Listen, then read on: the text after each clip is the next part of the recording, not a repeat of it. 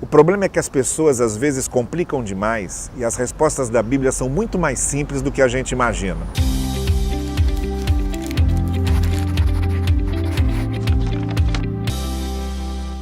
Quem crê na Bíblia pode aceitar a teoria da evolução? Essa questão do darwinismo e criacionismo, teoria da evolução versus relato da Bíblia, é de uma antiguidade secular. Você sabe que já no início do século XX houve uma situação no Tennessee, nos Estados Unidos, em que um professor de escola pública de biologia, John Scopes, foi processado pelo Estado porque ensinava nas suas aulas de biologia o darwinismo.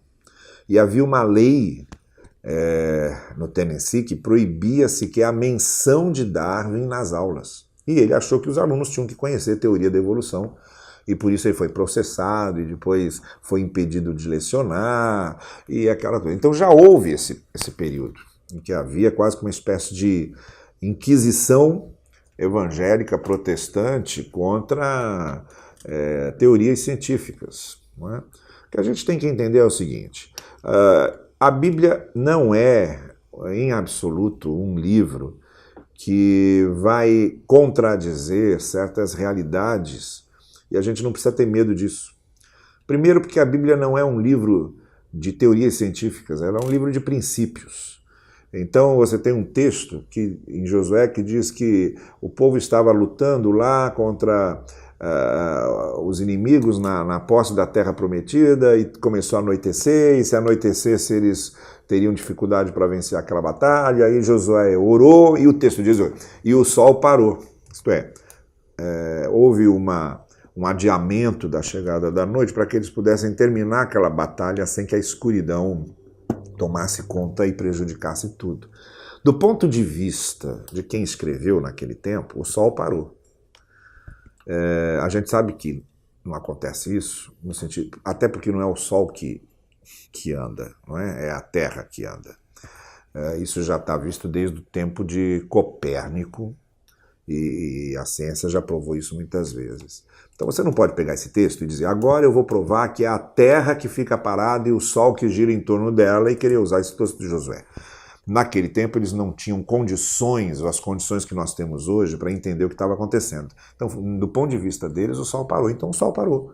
O milagre, que não tenha sido o Sol parar, mas tenha sido o adiamento da noite por alguma outra razão, narrado ali, a maneira como ele é narrado, pouco importa. O que importa é as consequências do que aconteceu ali. Né? A interpretação primitiva que se dá ao evento é uma interpretação não científica que não compromete em nada o texto. A mesma coisa é a narrativa da criação no Gênesis.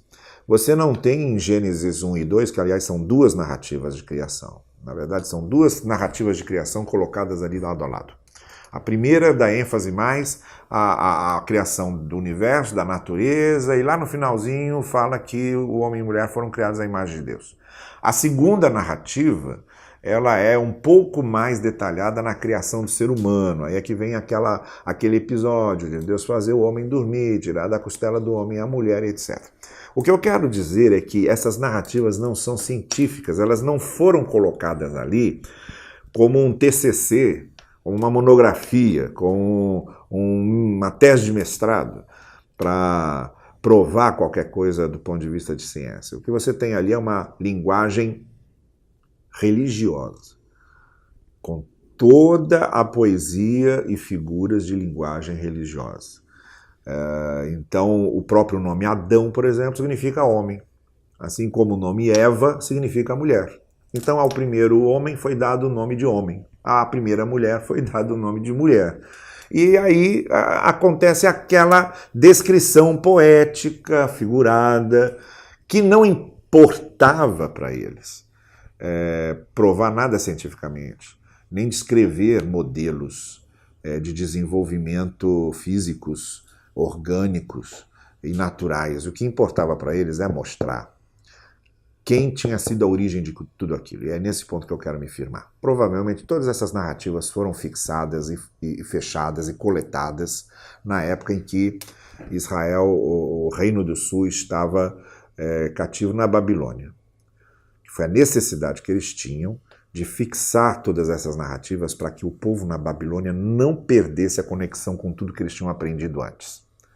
Então, por exemplo, por que a narrativa faz tanta questão de dizer que Deus criou o luminar maior, que é o sol, e depois criou o luminar menor, que é a lua, um para governar o dia, olha a poesia, um para governar o dia, outro para governar a noite. Por que essa ênfase? Porque na cultura babilônica o sol era um deus, a lua era outro deus. Então o que o autor quer dizer é o seguinte: Deus criou isso que vocês chamam de deuses. Foi Deus, que é um Deus maior que esses deuses de vocês, é tão maior que ele que criou o sol, é tão maior que ele que criou a lua. Esse era o objetivo de dizer que tudo vinha do Deus verdadeiro, naquela cultura babilônica politeísta. Então o objetivo não era científico, era um objetivo de testemunho. O objetivo de Gênesis 1:2 não é científico, é de testemunho. Resumindo, não importava para o autor como é que os processos se deram, porque ele cria uma linguagem figurada para falar desses processos e poética. O que importa para o autor é dizer de onde veio tudo isso. Agora, é interessante que se você pega as narrativas, e principalmente as narrativas de Gênesis 1, você vê que nada surgiu de repente de uma vez só. As coisas foram surgindo, primeiro, segundo, terceiro, o que eles chamam de dia, não é uma interpretação literal de dia, de 24 horas, mas de período. E nesse sentido há uma coincidência, porque quando a ciência fala do surgimento do universo e das coisas, a vida também foi a última coisa que surgiu, como lá na narrativa bíblica. E o ser humano, nessa cadeia, também foi a última coisa que surgiu, como também na narrativa bíblica. Então não há uma contradição essencial entre as duas coisas. Há apenas duas maneiras de falar da mesma realidade.